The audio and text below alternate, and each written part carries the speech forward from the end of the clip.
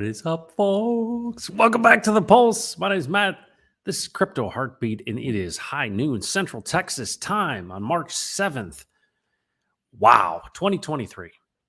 What a week. What a day yesterday was. This is amazing, folks. Got amazing things happening. If you're somebody who follows this whole Texas independence movement, if you follow all the stuff that Brandon and I are doing, you know there's some special things happening. And so today we're going to be talking about Texit and Texan. And I'm going to tell you something. If you want to be depressed, get onto Twitter. Just go onto Twitter and watch people and what they say to each other. It's ridiculous. And it's you got to stop it, right? You got to stop it because there's only so much you can handle. You want to get depressed and down about things, boy. And it's amazing to me how people, the arguments that they make. And so what we're going to be talking about today is I'm going to give you my best.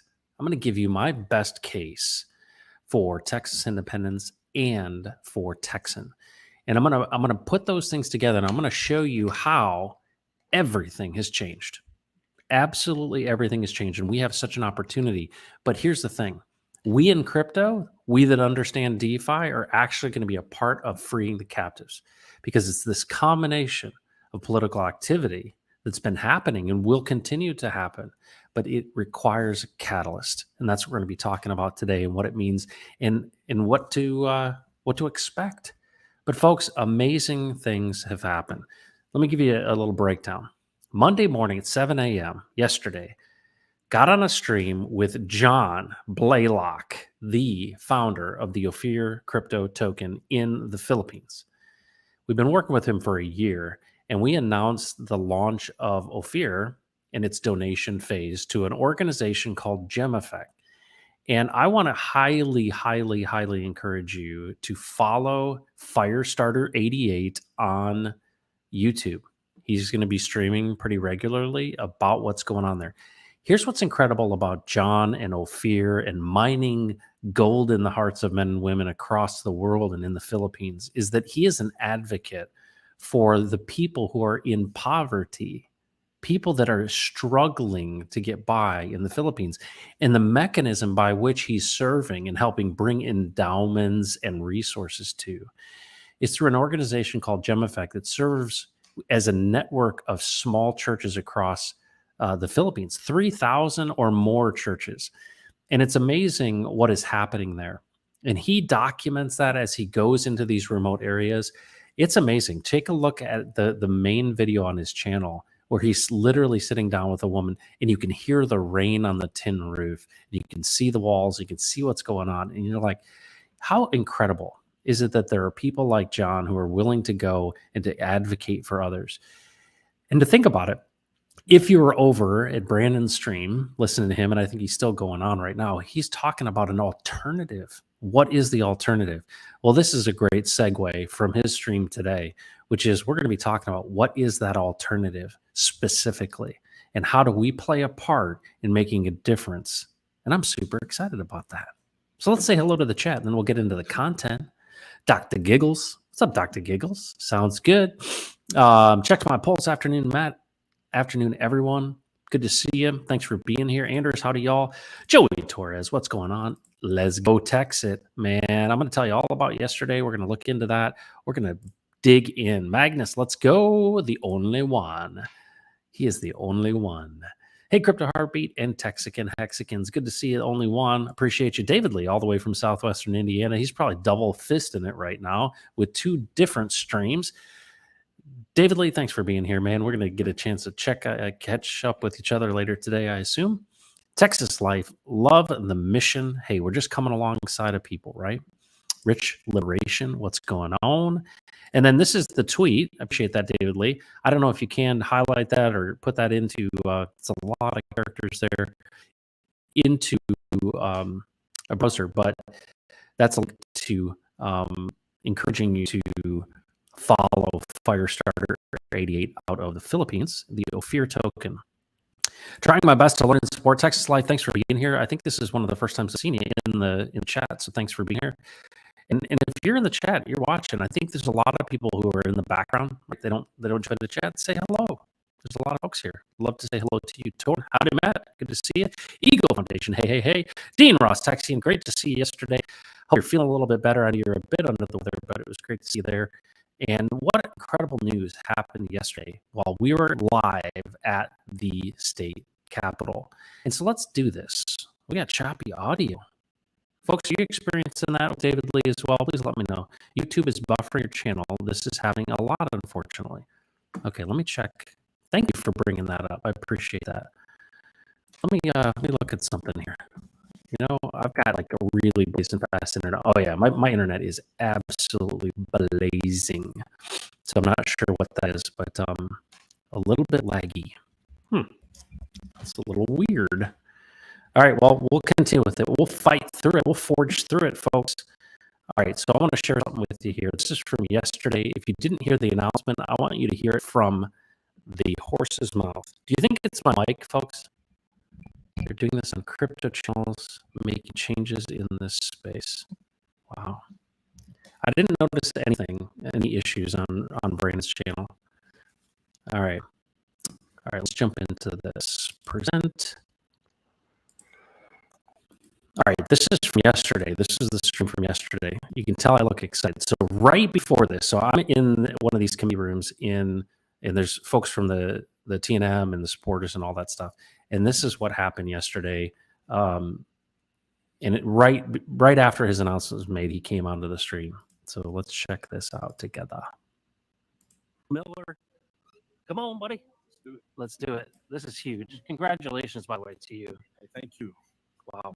Okay. Well, we're sharing a mic. Yeah, this is the camera. This is all. I know. Unfortunately, we're not too high tech.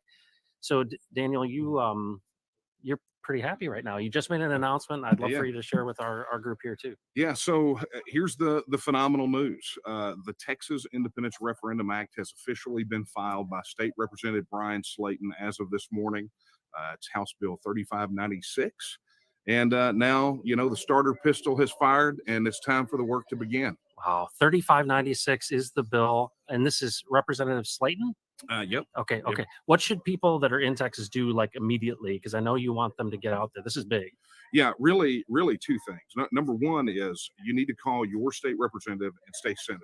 I mean, beyond a shadow of a doubt, they need to hear from you. And now that the bill has been filed and there is a bill number, you've got a specific piece of legislation that you can now direct your folks to, right? Your state rep, state legislator. Tell them you want them to sign on as co-authors.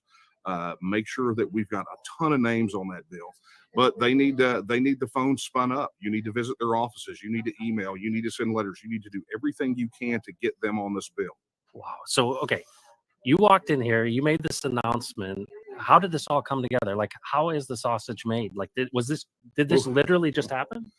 Well, I mean, nothing ever literally. Yeah, I mean, but the decision or here. filing it? No.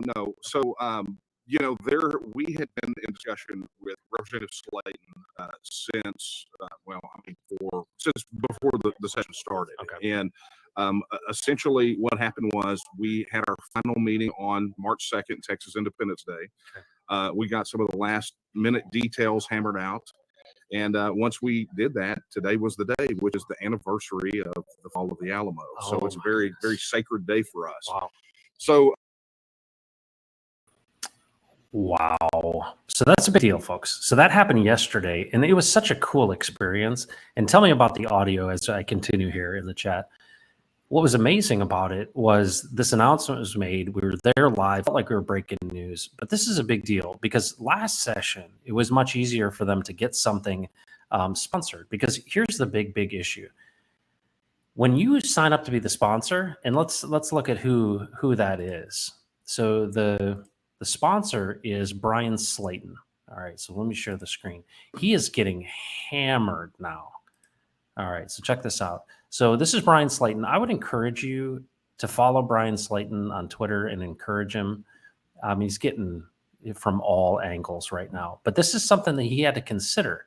He had to consider the fact that he was going to essentially be the spokesman. And Kyle Biederman did it in the last session, which was 2 years ago. And now we are dealing with this go around. So Brian Slayton is the guy. But this is, I'm gonna read this to you. Today I filed House Bill 3596, which is commonly known as the Texas Independence Referendum Act. If passed, it will place a referendum on the ballot during the next general election, allowing the people of Texas to vote on whether or not the state should investigate, and this is important, investigate the possibility of Texas independence and present potential plans to the legislature, right? This is the people speaking to investigate it. So here's the thing. Everybody wants to make this out like, you just want us to see, you just want to do this. No, you know what? This is well within the rights of the people of Texas to be able to abolish or change this. Article 1, Section 2 says all political power resides in the people. And there comes time when you have to abolish or change it. And this is the right of the people to do. But so many people out there, if you go onto Twitter, oh, this is illegal, this is settled law. It's not, folks, because we do not get our rights from the state. And that's probably the most important thing that this is showing right now. It's illustrating that fact that we do not get our rights from the state. And so I just respect Brian for stepping up. We want to obviously get more people to sign on to this as sponsors. But this was the referendum, the bill itself and the press release for it. But he's been on media all day. And this is the firestorm that comes from this process. So I wanted to share that with you. That was huge news right on the back of announcing Ophir. And Ophir being this project, the beginning of a donation phase that's going to last at least 60 days. Encourage you to take a look at that at ophircrypto.com. So we'll get the kind of the business out of here, and we'll get into the content. Ophircrypto.com. Take a look at it. Check it out. Watch that content. Check out Firestarter, John's YouTube channel. Learn more. Do your own research. That's what this stuff is all about. All right? All right. Let's get back to the chat here with the last group of folks here. All right. So you're seeing choppy. All right. Here's what I'm going to do. I'm going to unplug my stuff. I want to get this. This is important to me. All right. Here we go. Let's try this again.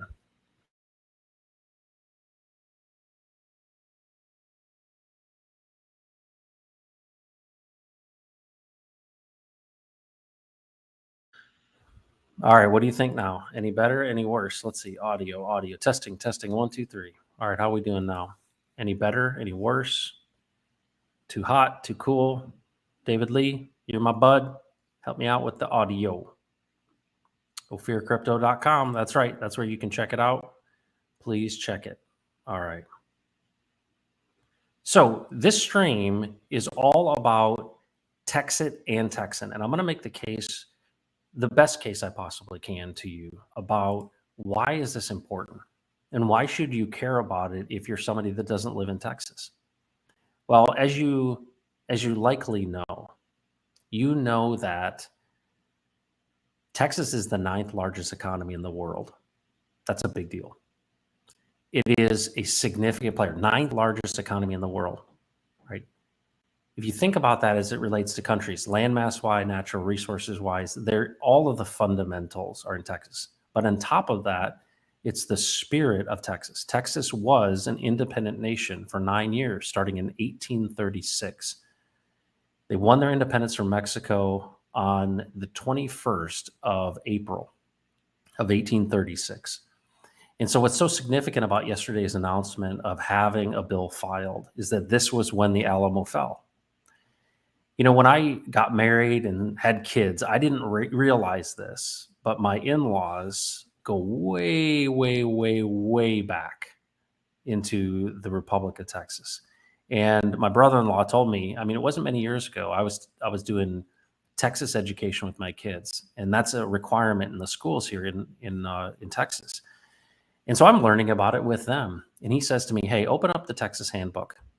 And so the online Texas handbook, and he says, hey, go check out General Pearson.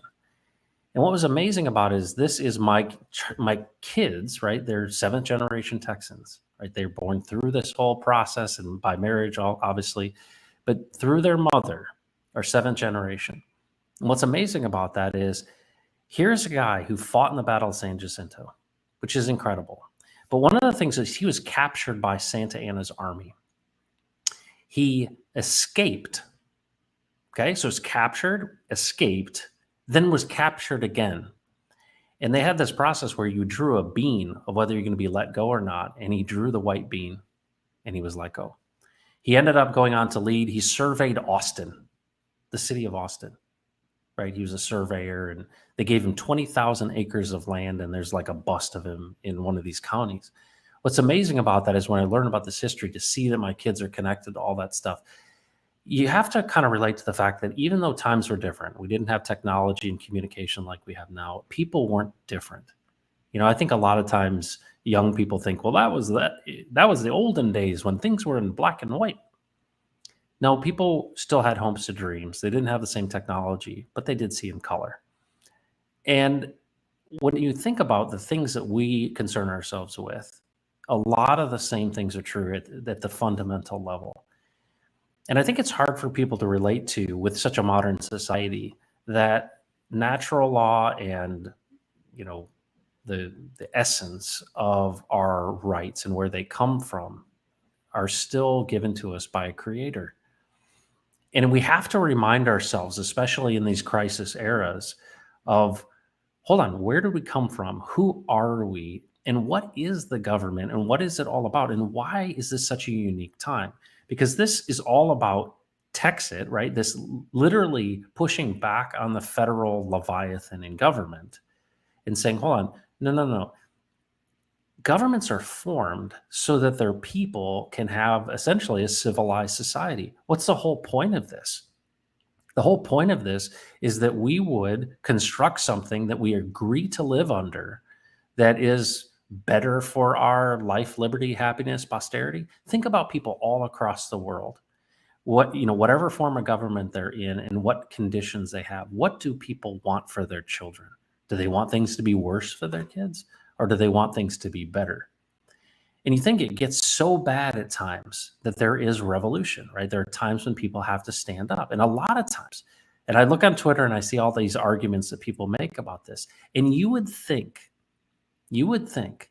but this is not the case. But there's a group of people who believe that you get rights from the state. They believe that the federal government gives you rights, as if some other man or woman has given you some kind of right, and that it's actually the law, that it's creation. No. Law is its reflection. And that's why the founders it was so important to them to share with us the fact that these are self-evident rights. These are things that are obvious, that all men are created equal, all women, all people are created equally. And they're given by their creator certain inalienable rights. Okay, so this is life. Okay, we have the right to live. We have the right to have freedom, liberty, and the pursuit of happiness. Okay, well, what's that pursuit for you? It's different for everyone. So one of the things that's interesting is in the term pursuit. What are you pursuing? And so what is all the content about these days? Well, you got to do this to be successful. What does that mean? Well, that's part of the pursuit. And you know that there are people who have advantages, right? Well, daddy was a hedge fund manager and he sent me to the boarding school and I was born with a silver spoon in my mouth. Well, and now I'm hooked on fentanyl. There are all kinds of things that are pitfalls in our lives. Some are advantages, and then there are other people who take all kinds of disadvantages and use them as opportunities. They use them as ways in which they get better. One of the great stories is from the book of David and Goliath by Malcolm Gladwell, and it talks about an attorney, and he was actually the attorney that represented, I think, Al Gore, but he had such bad dyslexia that he literally could not read. He could not read off of a page. And so he had to learn everything by audio. He was in front of the Supreme Court with no notes.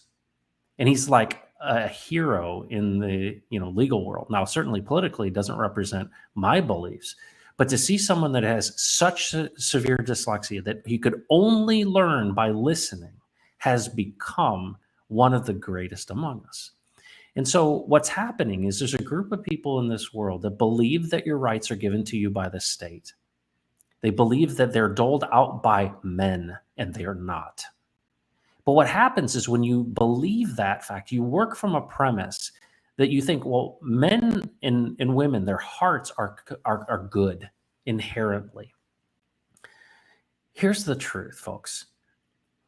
Our hearts are corrupt. And it's not that they're, is your heart 60-40 good or 40-60 bad or whatever it may be. We have the capacity for good and for evil. And so if you go back to the original, the garden, right? You go back to this idea of that your eyes would be open and that you would know the difference between good and evil. Here's the thing. When you give people power, it corrupts them, right? Absolute power corrupts absolutely. Yes. Well, that's what we found. And so what do we see in our society? We see that people who work from the wrong premise and make this assumption, well, people are just inherently good. Well, then you're saying, well, I'm inherently good as a leader. And so if you give me more money and more power, I will twist the dials of social engineering and I will make this thing better. We're just one click away. Give me some more power and some more money. And this is so clearly communicated with the World Economic Forum. The elite people who are the educated, right? And then there's the unwashed masses, right? The deplorables. And these people have convinced themselves because they believe that rights are given by state. And they look at this, they're godless people, potentially aligned with evil forces, who are basically saying, well, we know better than you. We're the smart ones and you're the dumb ones. And of course, we have power and we want to accumulate more because we believe that we can create utopia. And I'm going to tell you right now, folks, the brilliance of the founders of America were the fact that they understand the truth. That if a man is tethered from within, he does not have to be tethered from without, meaning the state. And so one of the things at the time that was big consideration when they were starting the new government in America was to look at the nature of how people related to God. I talk about "In God We Trust" is written on our money. It's the motto of the United States of America. And it's pretty much laughable at this point. But if you look back into history, all the founders weren't Christian, but there were Judeo-Christian principles that is the foundation of the civilized society. The Western world is built on this idea that there are laws, that there is right and wrong, and there needs to be justice, and it needs to be blind. There needs to be fairness, and there needs to be equality. And what's interesting about that is we've gone through many seasons of unrest where we've challenged those notions, right? Everything from slavery to women's suffrage to, civil rights. And what is the purpose of all of this is to create a scenario in which people they're treated fairly. In course, what do we see?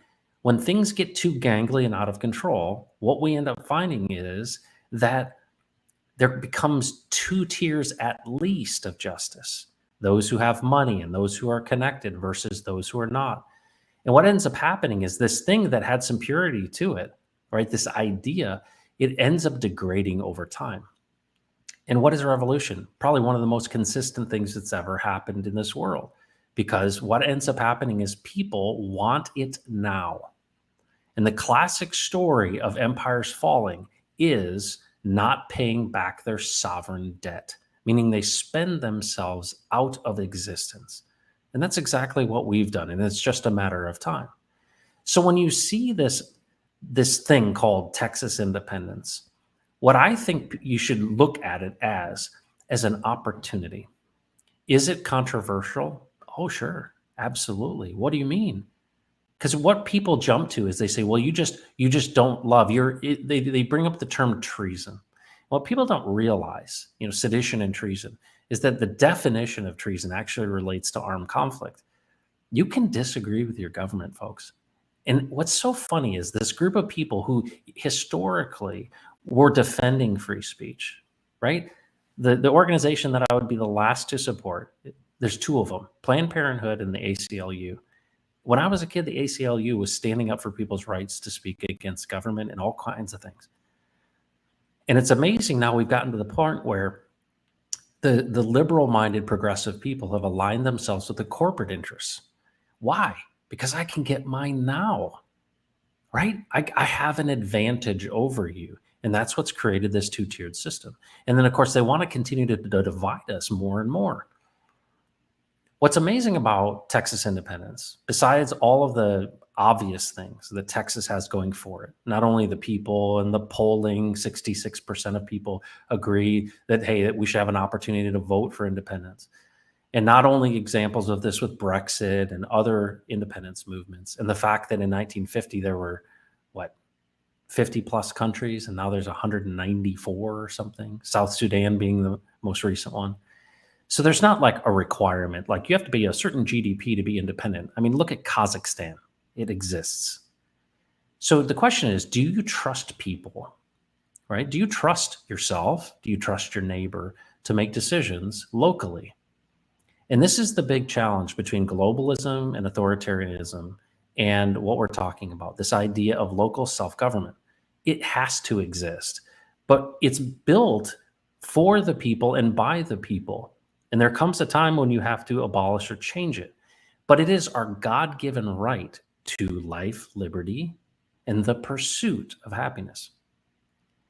So the question is this: we live at such consequential times. Well, people have, you could say, well, there's some crazy people out there. Yeah. And, they would characterize people that are interested in independence as, fringe people. But I think the more mature you get, the more you recognize there's a point in which things have to be changed from the outside, not the inside. Because as you continue to send these people, and I think back to, if you have any sense of history, just simply back to weapons of mass destruction and the Bush era, right? We are not any longer two-party system. We're not like the good guys and the bad guys. And I definitely criticize the left more than I do the right. But I want to make sure it's very, very clear. What we really have done is we've corporatized politics, and then it has gotten in bed with this military industrial complex and essentially large corporations. And they've really bought off and paid for, right? Chinese have basically paid for and bought off politicians. It's unbelievable to me, but that's what's created this two-tier system, and it works well for them. Remember when Trump came in? They didn't know what to do with him because they had everybody else in their pocket. They were paying Joe Biden's son to work for what, $50,000, $60,000 a month for Burisma. Why? We can buy these people. And it's really an indication of human greed. So when people say, well, yeah, people are inherently good. No, they're not. Put you in the situation and you'll get yours too. You'll step on somebody else's head to do it. Well, what is this? If the human heart is corrupt or capable of corruption, then we need to find ways in which we can counteract it. And how do we counteract it? By decentralizing it. We're not the ones that came up with this idea. This idea is actually very, very, very old. In Christian terms, the greatest decentralization that ever happened was the Spirit of God at Pentecost. This idea that Jesus ascended and he said, I'm sending you one, a counselor, who will remind you everything I said. Oh, wow. The Spirit of God is everywhere, right? And what's amazing, that's the decentralization of the truth. Well, now here we are we're men and women trying to figure out how to create a more perfect union, a better scenario for our life, liberty, and happiness. And what do we see? There are those who have bound themselves together in a way to ultimately get theirs, not considering you. So they'll do lip service to you and say, well, yeah, we'll try to do this, make it look like we're advocating for you. But in reality, this is really good for us because we're the ones who have access. We're the ones that have resources. So you see this stuff, right? It's like a dog chasing its tail, and you see it get bigger and bigger and bigger. And of course, I'm not criticizing all of it because I'm sure during the Great Depression, when they were considering how do we get out of this stuff, they probably were like, well, yeah, we probably need a war. Yeah, we need some social programs. But the problem is we create things, and it's like feeding bears. You start feeding the bears, and they keep coming back. And they will devour you. They will devour you. And so what has happened? We just kept feeding the bears, and the bears keep coming back to the tune of the pandemic. What, $10 trillion, $9 trillion spent? Why do we have inflation? Well, it's obvious. We're not planning on paying back our sovereign debt. And so what is this whole, war hawk, military industrial complex, people that are literally just salivating over fighting a war and destabilizing Russia and then going after China next. Well, the globalists want the one world government because it's easier to control people. But then the military industrial complex realizes that it's a great way to launder money, right? Send all of this equipment that people in the Ukraine barely know how to use, but you have to buy it. There's a receipt, folks. That money comes out. I mean, Northrop Grumman and Boeing and all these people are the ones that get paid. So the business of war is a part of this system. Now, I could be accused of being an idealist at times, but I understand that there is fundamentally something very, very wrong. And of course, it's a picture of what's wrong with the human heart. It's on display. So what do we do about it? And why did I title this stream Texit and Texan? And that's because I believe that we've been given a gift that is a potential solution to this whole thing. And it goes absolutely to the core of what is corrupt in the human heart. So what ends up happening is, why is it that 35,000 people die when the ground shakes in Syria or Turkey? You know what it is actually a reflection of? It's a reflection of the corrupt system. It's not like earthquakes never happened in these areas before, but you'd say, well, they didn't have the right building permits and they didn't build really well, and things collapsed on them. All right, they should have been able to handle this size of earthquake. But let me just say this: because there are people at the top who want to get theirs now, people will cut corners, right? And they will push these things out. It's classic human nature. And so what ends up happening is this stuff kind of trickles down, right? And so I watch John in the Philippines meet with a woman who's under a tin roof in the rain, living in a cinder block house. And you realize, hold on a second, she's just like your mother or your grandmother. These are people created in the image of God, given certain inalienable rights that are not given to them by the state, and they just happen to live in the Philippines. So the gift in all of this stuff really comes from an amazing, I don't know if you've ever looked at crypto this way. Cryptocurrency is the antidote to authoritarianism. How so? Tell us about it, Crypto Heartbeat. All right, here it is. When the Satoshi white paper came out, and this was in response really to what was happening at the time, and this is 2008. This is the housing crisis. This is when everything fell apart, and we bailed out the banks. Remember that? Too big to fail? The response, the Satoshi white paper, was a continuation of crypto anarchy. It was this digital cryptography that enabled things to be secure that ended up turning into this, led by libertarians, people who wanted to stay out of my business. And they said, hold on, what if we had this thing that was digital cash? Well, Bitcoin didn't really work as digital cash at the beginning, right? It failed at that, but it became a decent store of value. But what it did was it said, this is permissionless, this is censorship resistance, this is decentralized. And you don't have to ask someone for permission, because who are the people that you would ask for permission? All these people in Twitter that are saying, oh, you can't do that. That's settled law. You can't do that. No, you don't realize what we are doing is advocating for your sorry ass. You don't see it rightly, but boy, you'll live in the new Texas and you'll enjoy its freedoms. But right now, you'll do anything to push back on it. And you don't actually understand what's at stake. But here's the thing. People have been struggling with this. Daniel Miller's been doing this since 1996, formally since 2005. And where are we?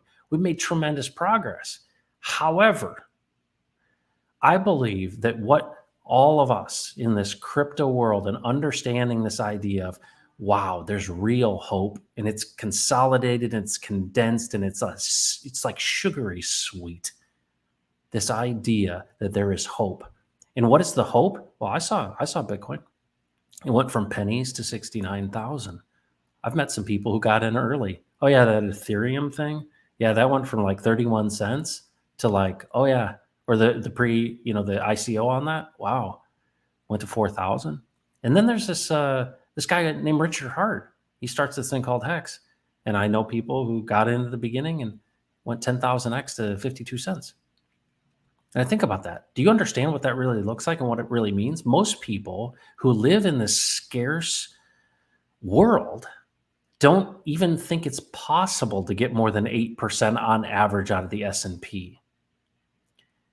But you have to realize that this is a catalytic technology, but also a catalytic moment. How do you help people be more generous? How do you help decentralize power? How do you give people hope? Well, what's amazing to me and why this is such a gift is it's because it's the money. And I'm not talking in spiritual terms. And I think that's really important. I have a whole lot to say on the spiritual side of things. But at the fundamental level of the civil society, there are people who are faithful who agree, yeah, I'm going to follow the laws, whatever those may be. But there comes a time. And so here's the crazy thing. Here comes a time. Daniel Miller comes up to the mic and he says, we have the bill filed. What comes alongside of it is you and me, folks. You and me. And this is the punchline of the whole shooting match. We together are pushing back. How? By letting go. We're letting go of an old system and adopting a new one. And we are agreeing together that we can build a better future. So I walked into that room yesterday in the state capitol, and there were people from the TNM that I didn't know who came up to me and thanked me for creating Texan. I was like, it was kind of a shock to me. So many people, hey, thanks so much. Thanks so much. Well, why? Because these people were airdropped. They were volunteers of the TNM, and they have some Texan token now. And they're like, hey, you see the chart? I'm like, yeah. Well, I understand this stuff. It's super early in this process, and they're freaking out. You know what's amazing? No one's ever given them a gift like this before. But you know that this is rocket fuel when it comes to hope for a future. They're literally going, I wonder what things would be like if things were different like this. And you know what I see? It's inevitable that Texas will be independent and that we will be able to push back. Why? Because if it doesn't happen in this session, the next session, all these people that are sitting on token and see the next bull run are going to have the money to change the damn system. May we get fortunate, and may God see us out of the corner of his eye and give us an opportunity this session to put it on the ballot in November. Maybe. But I'm going to tell you what, come the next session, get ready. Buckle your seatbelt. Because, folks, what makes the world go round? Well, in the secular world, it's money. And so what are we doing? What are we a part of? We're a part of freeing the captives. People that had no control. I walked around those halls I saw those people hiding from their constituents. No, I don't. We only do this when you have an appointment, right? No, talk to my assistant, right? There's all these gates and all these barriers, and they don't want to talk to anybody. What's amazing about it, this was the legislative day, and there were a bunch of people that were just out of the office, just not there at that day when the people were coming to the House. Folks, there comes a time when you have to abolish or change these things. And what does it do? It creates an environment for a conversation. So amazingly, Brian Slayton says, hey, I'll sign it. I will be I'll be the one who brings this to the table, right? I will sponsor this bill. First thing that happens, all the news organizations are talking to him this morning, right? He knew that was coming. He was prepared for that, and he's standing in the gap for us. What should we be doing? I mean, he's going to have to deal with all of this pressure, people calling him a clown, whatever it may be. He needs support, and he needs support because here's the thing. What I would say to my representative, and what I think you should say, or you should even say to yourself is, do you realize what time it is? Do you realize that working together and thinking about others in addition to ourselves and leveraging the blockchain technology and standing up and making our voices heard, that we create, just like the creator did, our own future? It's important that we speak. It's how everything is created, because nothing that exists on this planet Earth has existed without it first being a thought in the mind of a man or a woman. Nothing that you do. You think ahead. Everything that's ever been created was thought about before it became something, and we speak things into existence. And the greatest thing about the blockchain technology is the fact that it is a narrative. What is it about? You may not be interested in politics, but you will be very happy if in fact we can push back. Because what is it going to do? It's going to give people permission. So what's interesting about this, you're like, well, could this be a time of unrest and instability? Well, it already is. So the question is, just play this thing out. Without crypto, without people standing up, without people speaking, what does the future look like for you? More control, more CBDCs, and you're going to have to use their system, because what will happen is they're getting rid of the food, they're getting rid of the jobs, they're getting rid of the opportunity. Why? So that they can then say, well, the robots took your job. Here's some universal basic income that we dole out. And what happens when there's no food around and they're the only ones that have it, and they're doling it out through your CBDC wallet that has a social credit score and a digital ID? We're building the alternative to it. Wake the freak up, folks. And it's not you guys. I'm speaking to the choir. You guys are the choir. You get this stuff. But I want you to understand, we are representing something. And DeFi carries along with it something that says, you know what? I'm not pitching you anything. I don't sell you anything. I just tell a story. And what is the story about? Potentially a better future that's aligned with hope. Why? Because it's happened before and it can happen again. And you might be a part of that. And what happens if you find yourself in abundance? Are you going to set up new gates and buy missiles and shoot them off over the seas? Absolutely not. The problem is the consolidation of all these things. It's the federal government has become so big and so powerful that even elected representatives can't penetrate through black projects, right? All of these, secret off the books projects, right? We blow up the Nord Stream pipeline, and the New York Times came out and was like, oh no, we're pushing back on that narrative, as if the New York Times knows. I mean, as probably the biggest piece of propaganda I've ever seen out of the New York Times. And what's amazing to me is it's so corrupt and it's so rotten from within that they're not going to fix it themselves. And one guy you send to Washington isn't going to fix it. So who is it for? Well, what do you care about? What's interesting is I guess I care about my family. I guess I care about my friends. I care about the people in this community. But you know what? Because of this technology and because of this, I've seen people from across the world. And you know what? They kind of look and sound a lot like me and you. And I can relate to them. And I can relate to a woman who had a slipped disc in the middle of nowhere, Philippines. And John walks in and is talking with her and understanding and bearing her burden. It's so classic in our culture that we basically like put blinders on and put, fingers in our ears and are like, la, la, la, la. I don't want to hear it. I don't want to see it. I want to walk past it. Why? We need to look at it. We need to gaze upon it. We need to see, right? Not be fearful of it and realize that there is a catalyst for change. And it's something that you go, well, what if the only way you could win is if other people won?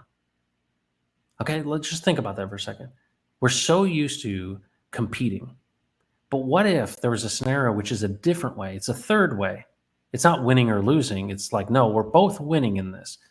But the only way you win is if you share that hope with someone else. The greatest thing about crypto, the greatest thing about immutable contracts on the blockchain is the fact that you are one beggar helping another beggar find food. You found something that's an alternative. You found something that has hope. You found something that has potential. There's no financial advice. There's no guarantees in life. You can get hit by a bus. But when we look at this and we see what has happened in the past, you're like, this is unusual. We need to tell as many people as possible about this because people have been grinding it out and being ground to dust themselves. And you go, could we usher in a new era of abundance? Well, that's what the creator made.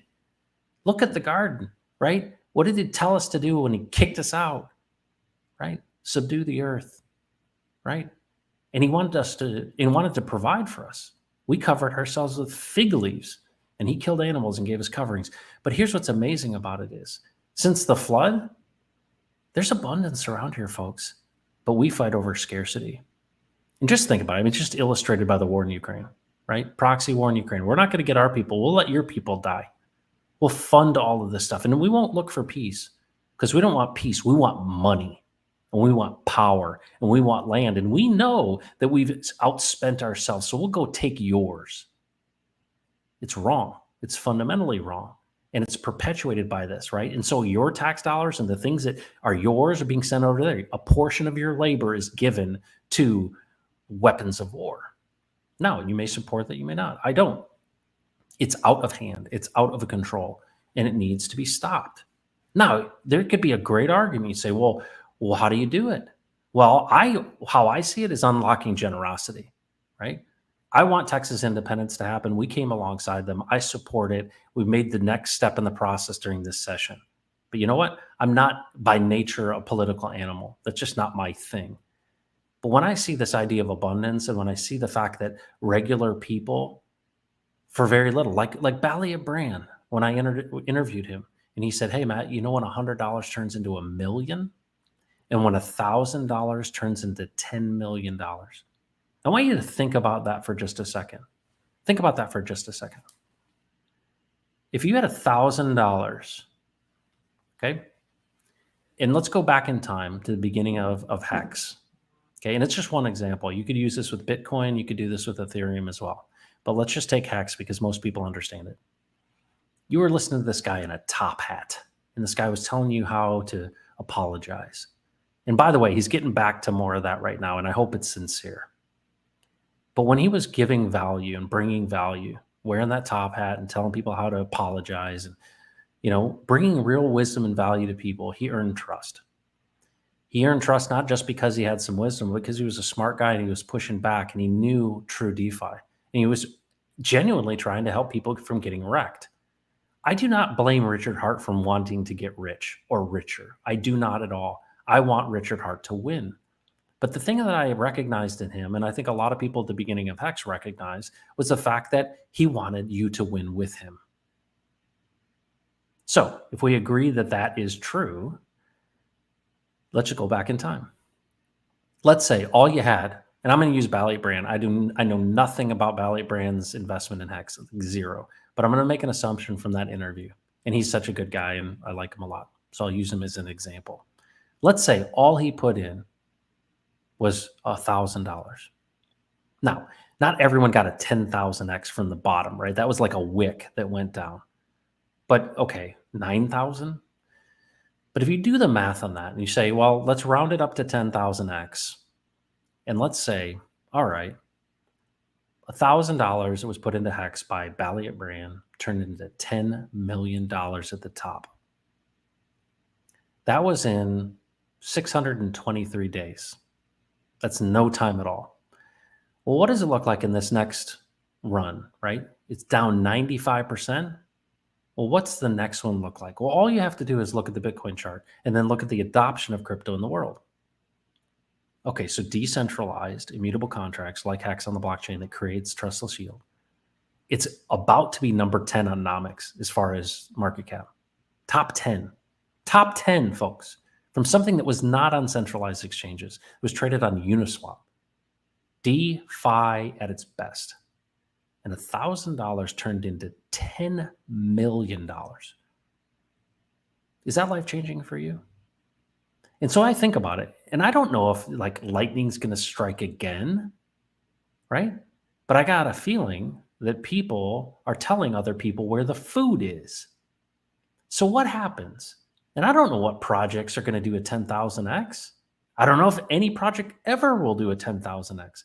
But I know that the gains in crypto are unusually different than the S&P 500. And so those that can have, that have ears to hear, you go, okay, so there's some hope here. This could be unique, all right? You've got to make your own choices and do your own research. But when I look at Ballet Brand, I go, did that change his life and his family's life? You bet it did.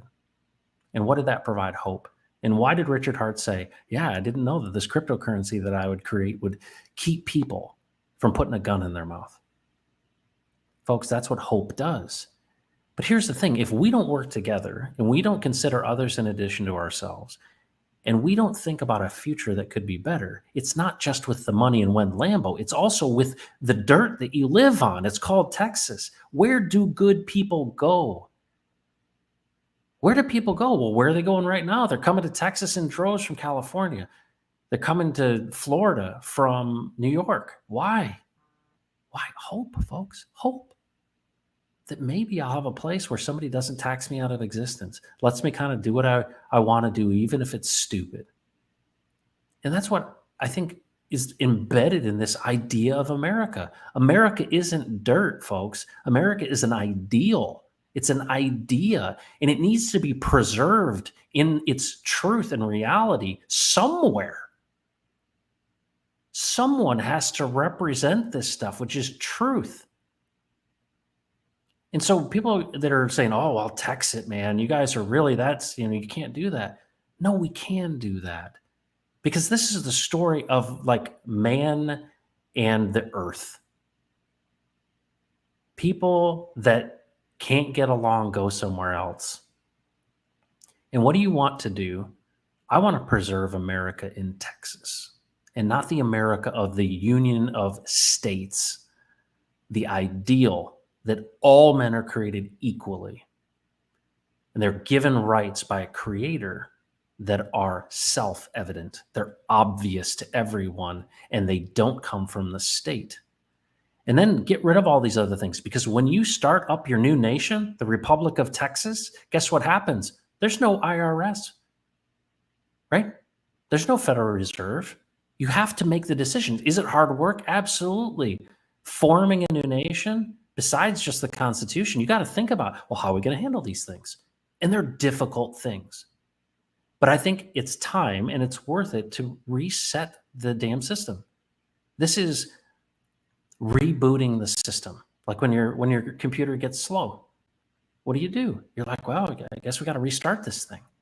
And sometimes you got to clean off your hard drive because the hard drive's gotten full. Well, guess what? The federal government isn't the states. You know what the federal government's done forever is handed out money and said, oh, there's strings attached. And if we give you this stuff, and look at this money, and they're tempting the bears, each of these states, to be like, okay, yeah, I want this. And of course, our liberal friends would say, yeah, give me the money, take it from Texas and give it to me. And so this has gotten completely out of whack to the point where social things are just upside down as well. So what do we have to do? What is at our disposal? What levers do we pull? And so to wrap all of this idea up together, why is Texit and Texan a match made in Reese's peanut butter heaven? It is chocolate to our peanut butter, my friend. Why? Because what good is it to gain the whole world and lose your soul? Okay, so you're super rich, but you've got to deal with all of this control. We have a unique time and opportunity in history right now to embrace a couple of really important things. One, the concept of decentralization across the board, whether it's in voting or the money. And then we need to leave people alone. And we need to let them make their decisions locally. And we need to get rid of this thing that has been dominating the states, because we are not the federal government. We are the United States. You know what? If it was one thing, it'd be different. But it started as separate colonies, and it made some sense to get along. But why did we create a federal government? For very certain enumerated tasks that were better handled by a centralized group. But the fear in all of this is what has happened with FTX and what's happened with Celsius and Gemini. It is people that are corrupt that want their stuff now.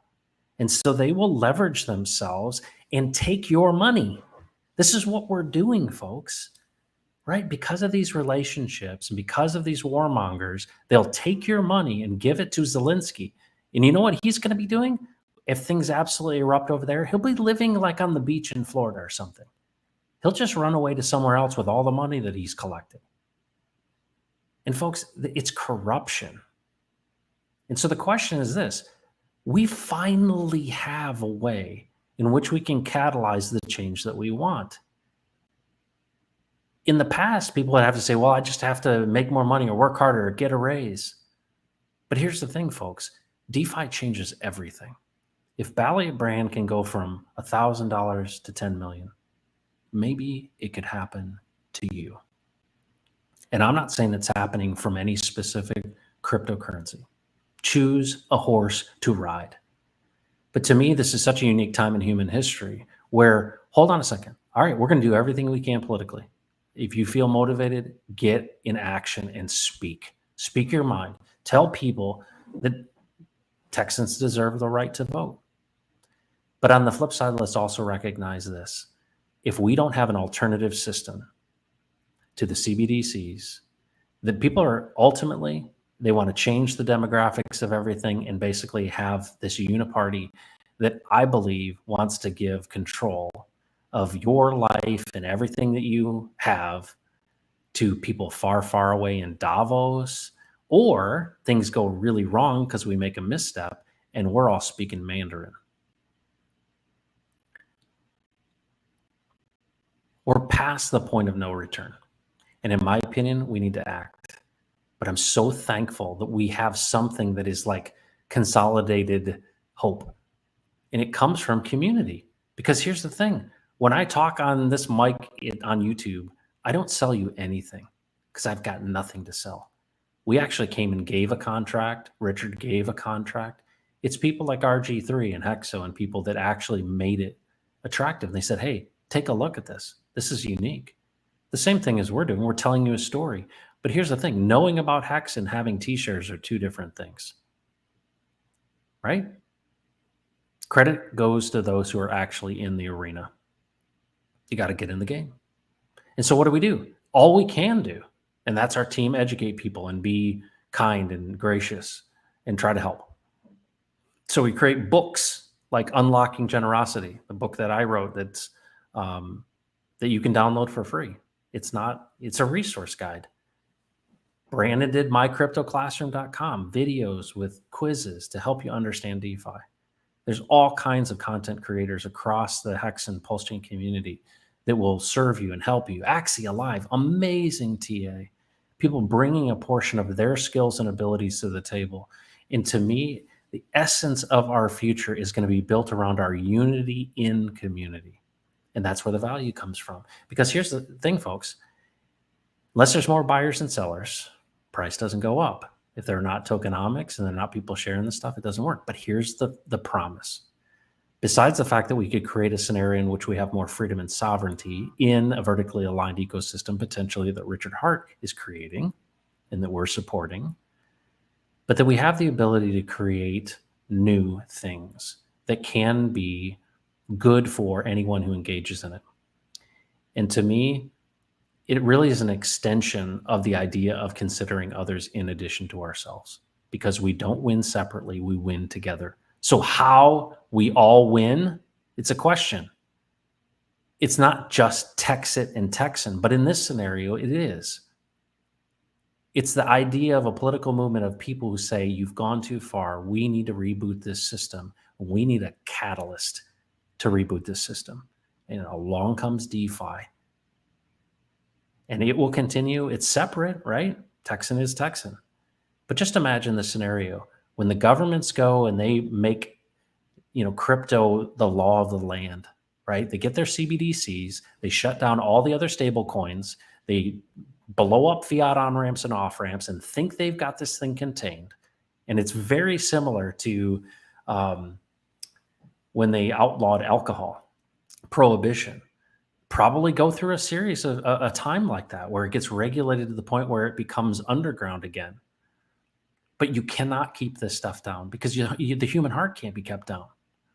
And so what ends up happening, they take these things away. Well, what they're actually doing is taking their own poison pill because they want to go digital. But in the process of people seeing opportunity, they're going to take these centers of value that we've accumulated, like Hex and Pulse Chain and PulseX and all these cryptos, even ones you don't like SHIB. There are centers of value that people have believed in a narrative, and they've accumulated value in a center. And guess what? People are going to create infrastructure in which people are going to be able to trade that stuff. And you're going to be choosing. Well, as a entrepreneur who has a business, you might say, no, I'll just take stables. And you might say, well, I'll take the government stable coin. Or you might say, well, I'll take this decentralized stable coin. Or I'll take Hex. Or I'll take Pulse. Or I'll take Texan. This is where it's going. As adoption increases, there's a point in which these things benefit. And what is crazy is they don't see it. They don't see that they're taking their own poison pill. Because it's like, why would you use software that you have to pay for when you have something either equal or superior that's free? And that's exactly what we see. And we've distributed this ledger out, and the blockchain to me is a miracle because it increases your freedom and sovereignty. But there are those who want to centralize it. They want control. They want the power. And what we're saying in Texas, in Texit and Texan, is finally we have some chocolate and peanut butter to go together. They taste pretty good. And this is an opportunity for us to catalyze something amazing. And I think about my life's work and the effort that I've been called to, which is unlock global generosity. And I look at Ophir, and I look at Texan Token, I look at Freedom Swap and Unifier and these other communities that we're talking to. And I go, wow. I imagine the Pulse Chain as a beacon of freedom and sovereignty. Why? Because Richard Hart gets this fundamentally. Cryptocurrency was created to eliminate middlemen, censorship resistant, no counterparty risk, immutable, and permissionless. You do not have to ask the federal government, right? You can create. And how do we create? By speaking it into existence. And what gets people to be interested in something? A narrative that you speak from your mouth. And so the hearts of people that are committed to serving others activate a whole group of people. Well, yeah, maybe we should have a place to go if things get out of control. Yeah, it's smart. Let's prepare for a future. Richard's been doing that. Let's follow his lead. All right, that's what we're doing. So how do you do it? You advocate for others. You will win if you advocate for others. It's just plain and simple. But it's counterintuitive to what you've been taught. You've been taught to go out and take, and that's what the governments around the world are doing. It's an old idea. Let's go take someone else's stuff because we don't believe that actually there's an abundance here. Where is the gold? It's in the hearts of men and women. It's in your heart because you are a bearer of the image of the Creator, and the Creator spoke it into existence, and so can you. And that's what we're doing. That's why there's power. There's no thing that can control it. And in every effort to try to control it, you weaken yourself. And I love it. So why Texit and Texan? It was a match made in Reese's peanut butter heaven.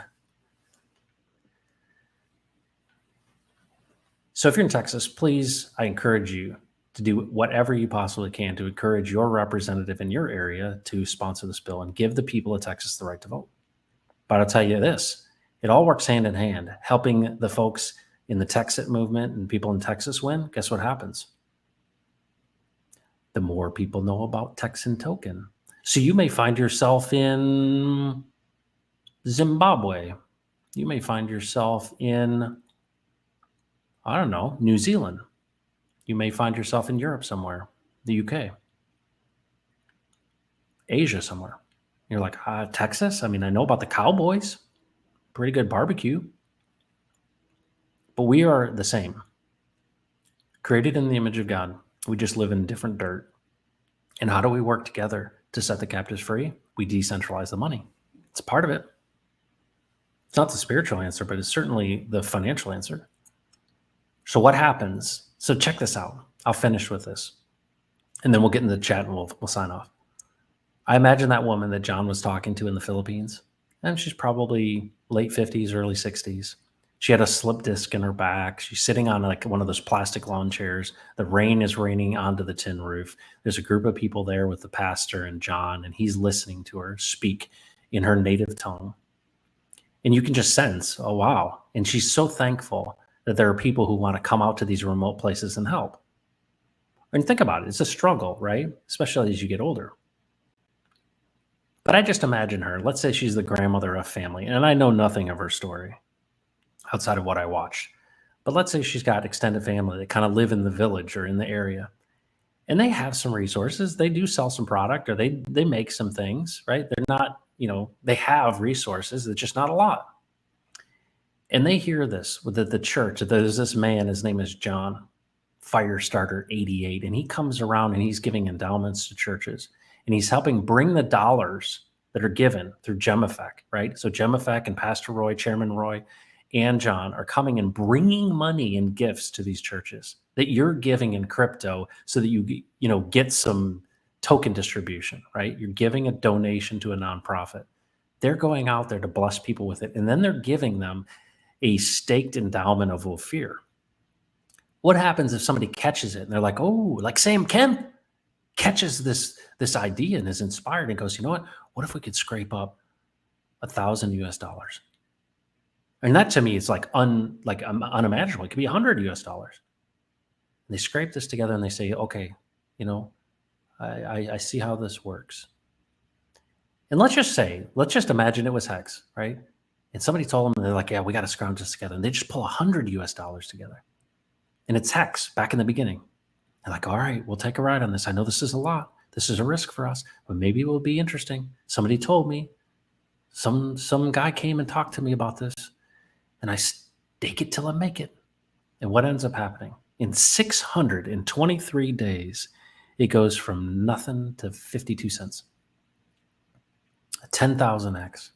And that $100 turns into $1 million. Do you think $1 million US would help just some grandmother and her family in the Philippines? That is what you and I can enable. That's what Richard Hart did. People around the world, there's enough to go around. There is an abundance. We can do this together. Embrace these things and recognize that we're one beggar helping another beggar find food. And the only way you do it is actually by caring about people.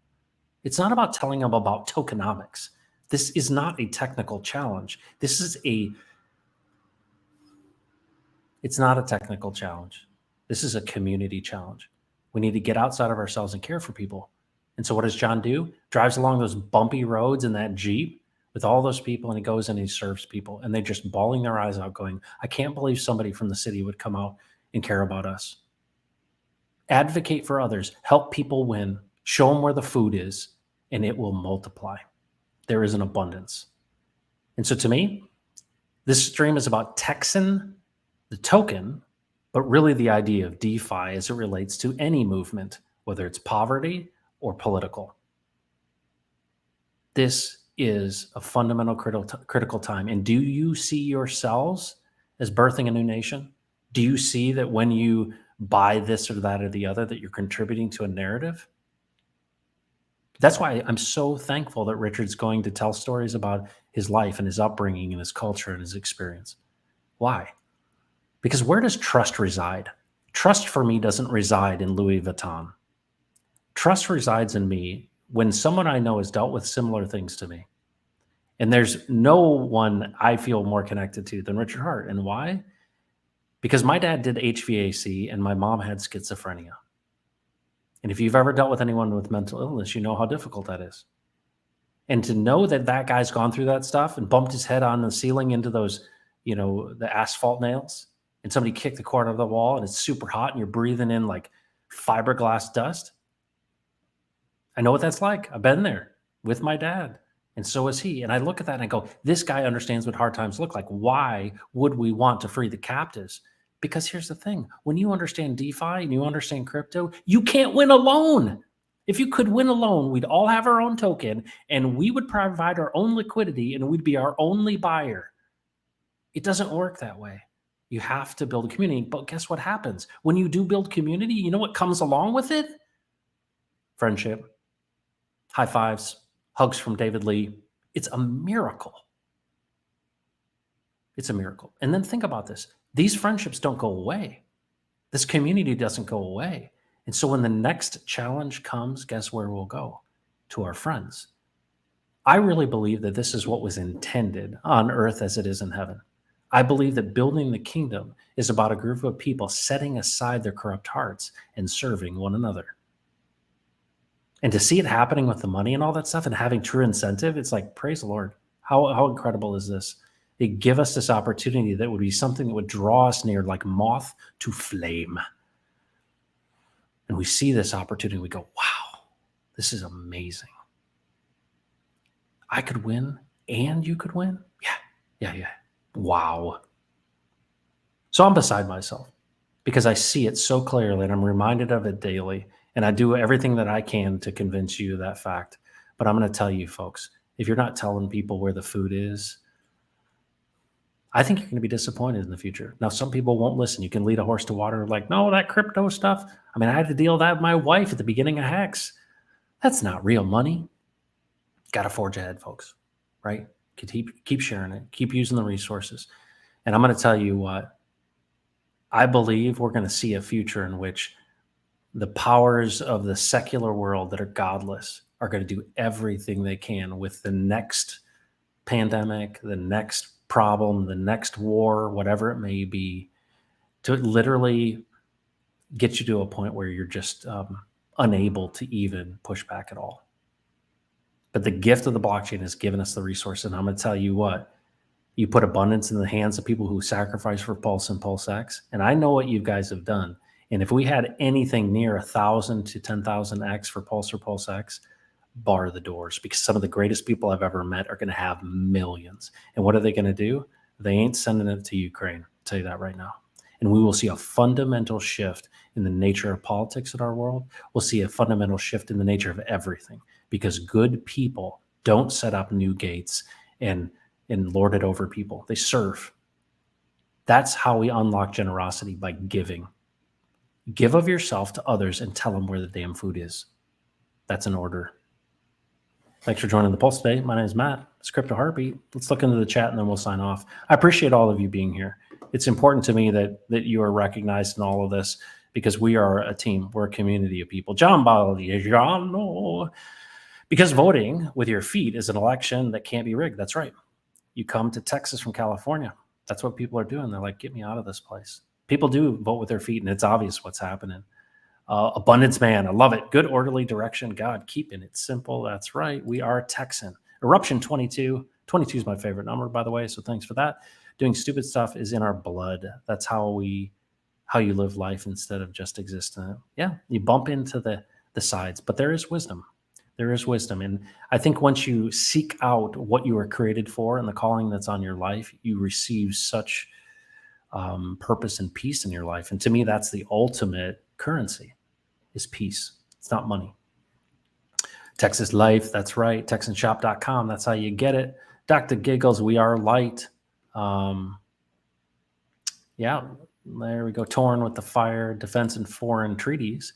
Not how much water is in our toilets except in a clown world. Yeah, my dad was always worried about that. Regulating the amount of water in your toilet. Tortoise Johnny, good to see you. The legendary David Lee, everyone. I certainly need to learn more about the digital currencies. Obviously, they're going to be the only thing in time if we like it or not. Yeah, and that's the thing. DeFi, true decentralized finance, is there's no middlemen and there's no centralized authority. There's no company, there's no business. It's all the people that were centralized, right? Like FTX, Sam Bankman-Fried, and all those who use the money of their customers to leverage it and lose it all and steal it. And so when you don't have any centralized authority and it's just code on the internet and a group of people who come to that, you and I can't do it for you. I don't have your wallet. You do it yourself. All I can tell you about is how does it work? And if you choose to do it, you choose to do it. And it's a miracle when people come together. And then you go to Hex events and you meet people and high five them. And you're like, wow, there's more people that are crazy loon birds like me who believe in this future, that we can work together and it can create and unlock an abundance. It's amazing. Get in before mass adoption is how you win. Earlier is better. I've heard that if you got into Coca-Cola stock at the beginning, you'd be doing better right now. Yeah. Or Apple or something like that. It's the same thing, right? Open your eyes and your ears, folks. But you got to do your own research and you got to pick a horse to ride. And not all the horses win. It's volatile. There's a lot of dangers in all this. It is not for the faint of heart. But what's amazing about it is the gains are really interesting. Richard says it a lot of times. He says, one of the greatest things you could do is get crypto right. Well, let's getting crypto right. Well, learning from what decentralized finance. Don't trust people, right? If anything, you got a little bit more trust in the code. And sometimes the code has bugs. Texit, another great book by Daniel Miller. Absolutely. I've got my copy around here somewhere. If you haven't picked that up and understand what's really going on in Texas and what we can and are doing, check it out. Has the popularity in Hex and Texan token been increasing pretty well? Absolutely. Just take a look at the chart. 60 days old, up 120%. And then, of course, unbelievable what's happened to Hex. The Trance of Scarcity, there's a book for you. It's like a sleeping giant. Hey, it's a David and Goliath story, my friends. I was busy obeying the woman. Tortoise Johnny, what's up? Turtles only. Speaking Mandarin is no big deal. People used to speak Latin, Hebrew, and we speaking. Yeah, you get my point, though. It's a metaphor for potentially being dominated by foreign people. And I don't mean foreign people in the sense that they're, but that are far away, right? It's just like us going in and telling the people in the Middle East how to be, right? Like what we were doing in Afghanistan, right? This idea of imperialism, right? Colonization, dominance. What are we doing there? We're just trying to get oil and gas contracts, right? And we want to convince you that we're liberating you. And then people have a separate culture, folks. But yeah, you're right. It's not about the language. It's about the metaphor or the concept. Hope your rep isn't Lynch Stuckey. That office seems to be some real piece of work. You know, there's a number of people. There's some people even on that are on the conservative side who just are hateful people. I have to not be on Twitter because of it. We're still people speaking Sioux and Apache and speaking Spanish and English. We will survive. English is not the last thing. You're missing the point. It's not about language. It's actually our commonality that we have. My one reference to Mandarin was the fact that China and Russia are basically being given no choice but to ally. And I don't want it to be to the point where literally we go to absolute thermonuclear war over this. But, you know, the human heart is corrupt wherever you may live, but it's not about language. Texan equals freedom. Well, and DeFi does, right? Appreciate that, David Lee. Tortoise Johnny, what's going on with the fire? Yep, well, Fear Crypto, if you want to see more about that rich liberation, Real Crypto will set the captives free. So fire today, thank you. Thanks, Nico the Dreamer. I'm a dreamer with you. All right, good to see you. Amen. Portugal is a great place for crypto, from what I understand. Glen Rose, Texas, and Granbury, amazing place. Absolutely. You know, you go up to Glen Rose, there's a couple things it's known for. One is there are literally impressions of dinosaur tracks in the creek. That's one thing. And two, the Passion Play. It's amazing. It's been happening for a long, long time. It's worth going to see, and it's a great little place. It's kind of the entry point to a part of the hill country in some respects, strangely up north there. I'm not afraid of we end up speaking Mandarin because I speak. Okay, so you told me 3 times that you speak other languages. Congratulations. Dr. Giggles, Tree Ross, what's going on? There's the Facebook page. I'm a transplant, Mission 22. Yep, that's the Facebook page. Very good looking chart, sir. Thanks so much. Crowdfunding for charity, though, crypto is a great way to onboard. People want to give without the middleman eating up your donation. Can't wait to empower the people to make change around the government. That's a really good point, TJ Hex. If you think about this, you know, whether it's crowdfunding or not, that's kind of essentially what this is, but you're giving direct. I mean, literally, John and Chairman Roy, there's no overhead over there. It's like what they do is they walk and drive to these places and they're giving gifts. So if you wanted to help people directly without, you know, some big organization that's got a ton of overhead and pays their people millions of dollars a year at the top, this is about as direct as you can possibly get. So that's another great reason. Because what I think about this is, don't give money to GemFAQ or in the case of TNM unless you believe in the cause. We don't need everybody in this project. It's amazing to me that Hex is where it is with about 150,000 people. It seems like a lot, but it's not a lot. That's why we're tokenizing communities, because there's places and people of trust, right? People in the Philippines. You don't need everybody. You just need some people to believe and agree. And literally you're declaring, right? Fiat by decree, you're decreeing your own value. We're saying this is what we consider to be valuable. And in that agreement, it is value. Canada in the house, Robert, good to see you. Mr. Sojourner, is it really possible for Texas to secede? Well, let me ask you this. Is it possible for this place across the sea to push back on King George? Is it possible that since 1950, at least one, if not two, on average, new countries were created? You know that? That's amazing to me. When you look into the history of secession, you know, it sounds so like of people actually forming new nations. And they've happened for a lot of various different reasons. But we started with 1950 with like 50 countries. We've got 194 now. Where do you think they came from? This is the human heart's desire to be free, right? We had Brexit. That's something you're probably obvious and know about. Catalonia. You think about the Scottish group. There's 100 probably around the world who actually have these movements. Calex, it's one. Some are in different places. Western Cape of South Africa. There are people that are calling out to be free, and they don't want to be under the thumb of the European Union, or in this case, the federal government. and they say, you know what, we believe that we can go on our own. And so the people that question that, I kind of look at this and I go, so do you think the people of Kazakhstan can't run their country? And you probably laugh at that. You think of Borat, right? Believe me, Kazakhstan is not the 9th largest economy in the world with the kind of infrastructure we have. And so that case it's a false narrative. Well, you're too poor to be trusted. No, you can be trusted. We'll make better decisions. And if you think about, this idea is like the reason that you don't believe it's possible is because you haven't seen it happen. And it's been happening and happening and happening almost once a year since 1950. This is the story of humanity, is people getting tired of the king and saying, no, we can form a better solution for ourselves. And in my opinion, what is DeFi promoting? Well, decentralization. And what do we know? I mean, think about this for a second. Just imagine where you live, in the town you live. And I'll just use the United States as an example.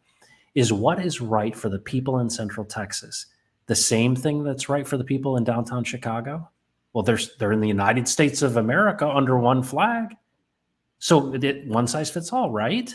No. Different people, different culture, different experience, different needs, different topography, different resources.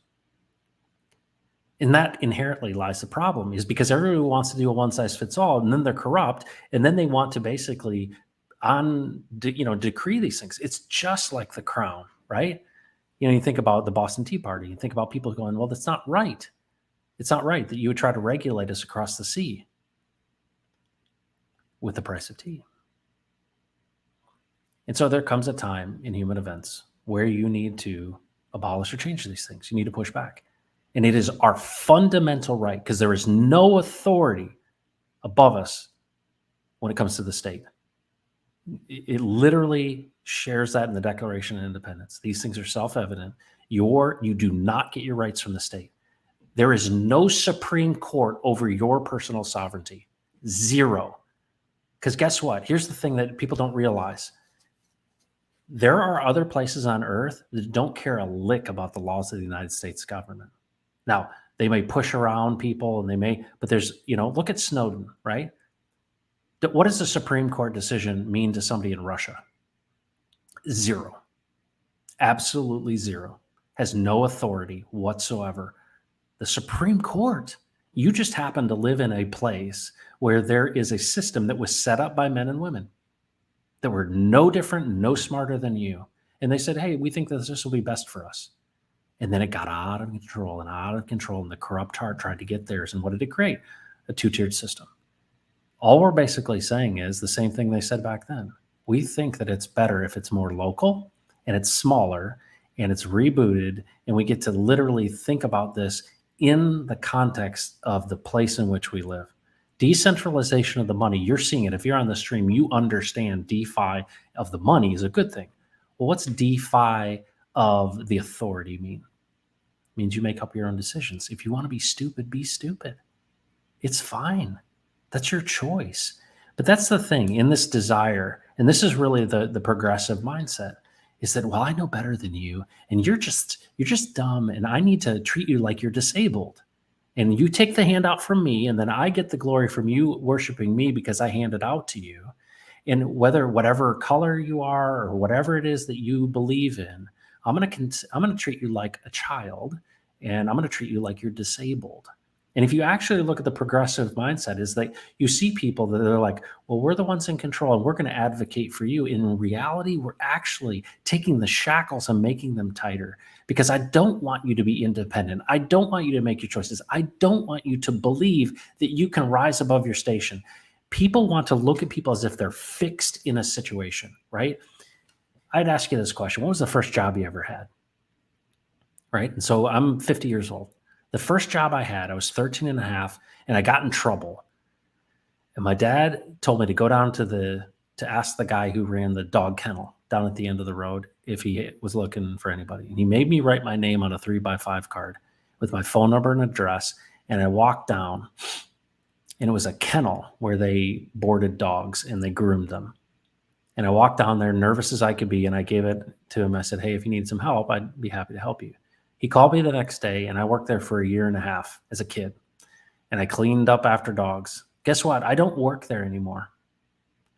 What's amazing to me about our liberal friends and our progressive friends is they see people as locked into wherever they are, right? And that you need to take the handout from me. And so what they see it as is a metaphor.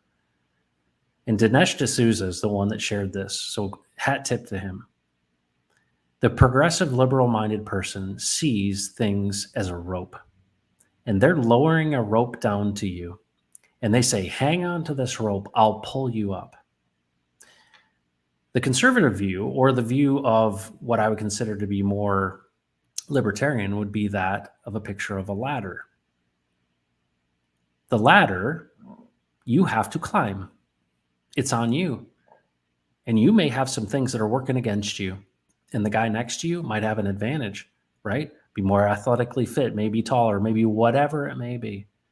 But you have the same opportunity on the ladder. So we have to look at equal opportunity, not equal outcomes. But the problem is our liberal friends say, we'll lower the rope to you. Trust me. I'll pull you up. And so what do? We go, well, I don't have to do any work. I can just hang on. But what happens is they never get you to the top, folks. They dangle you in the middle and sometimes they drop you. And that's the truth of it. So the question, what would you rather be? Hanging by a rope or climbing up a ladder? Well, I wanted to use my own effort and energy. Why? Because I was created in the image of God and I speak things into existence. I have a purpose and a plan for my life and I'm going to fulfill my calling. And the more people understand that, that's why people like Jordan Peterson are so popular. Even Andrew Tate. These people are popular. Why? Because they're saying you're more than you think you are. You've forgotten who you are. You're being told you're a victim and you're disabled. You're not. And there are a lot of things that have worked against you, and people will continue to set up gates. And the people you think that are the ones that are trying to keep you down are likely not the ones that are actually keeping you down. It's the people that are lowering you a rope and saying, trust me, the centralized players. Folks, DeFi is a powerful tool, but it's not something you sell. It's something you share. And when you care about people, you share it with them. We're just one beggar helping another beggar find food. We'll discuss why we're beggars on a future stream. Take care of yourself and do not mess with Texas. Take care, everybody.